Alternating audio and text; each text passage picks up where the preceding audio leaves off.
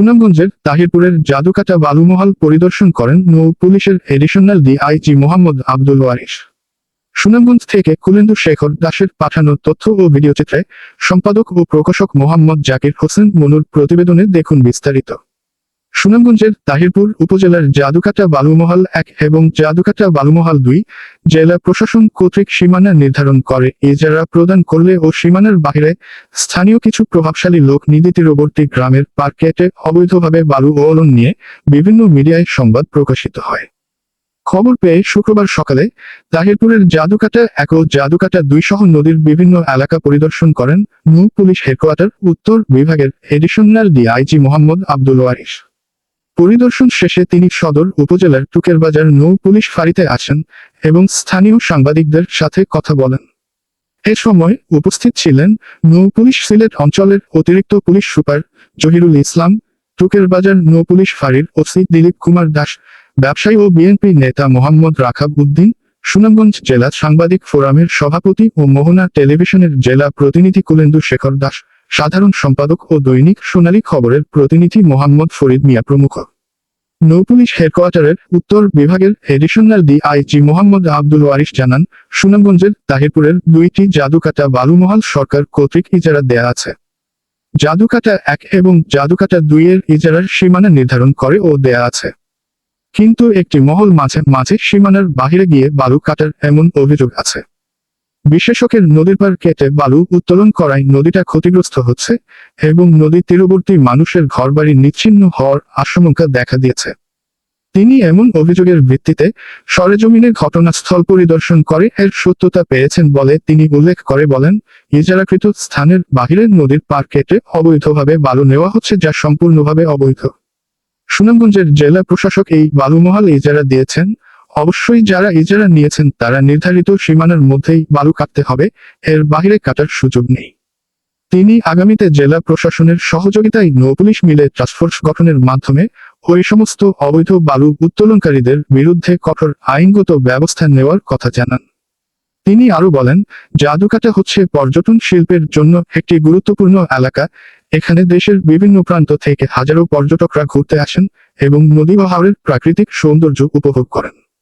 কাজেই এই জাদুকাটার ইতিহাস ঐতিহ্য ধরে রাখতে স্থানীয়ভাবে জনসচেতনার পাশাপাশি সকলে মিলে কাজ করার দৃঢ় ব্যক্ত করেন তিনি। বালুমহালের ইজারা নিয়ে কিছু সমস্যা হচ্ছে। এই মানের যারা আছেন তারা তো এই সবসময় আশা হয় না, বা আমাদের যারা কতটুকু আমাদের জন্য এই যে এটা বেদনার জায়গা হয়েছে। জাদুকাটা নদীতে 2টা বালুমহাল সরকার কর্তৃক ইজারা দেওয়া আছে, জাদুকাটা 1 এবং জাদুকাটা 2 নামে।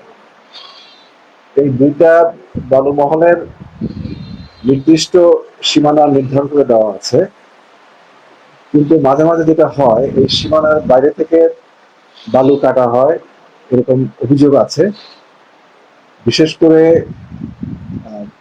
নদীর পাড় থেকে বালু কাটা হচ্ছে, যে কারণে নদীটা ক্ষতিগ্রস্ত হচ্ছে এবং নদী তীরবর্তী মানুষের ঘর বাড়ি নিশ্চিহ্ন হয়ে যাওয়ার আশঙ্কা দেখা দিয়েছে। এরকম একটি বিষয় নিয়ে আমরা সরজমিনে দেখলাম এবং এর সত্যতা পাওয়া গেছে।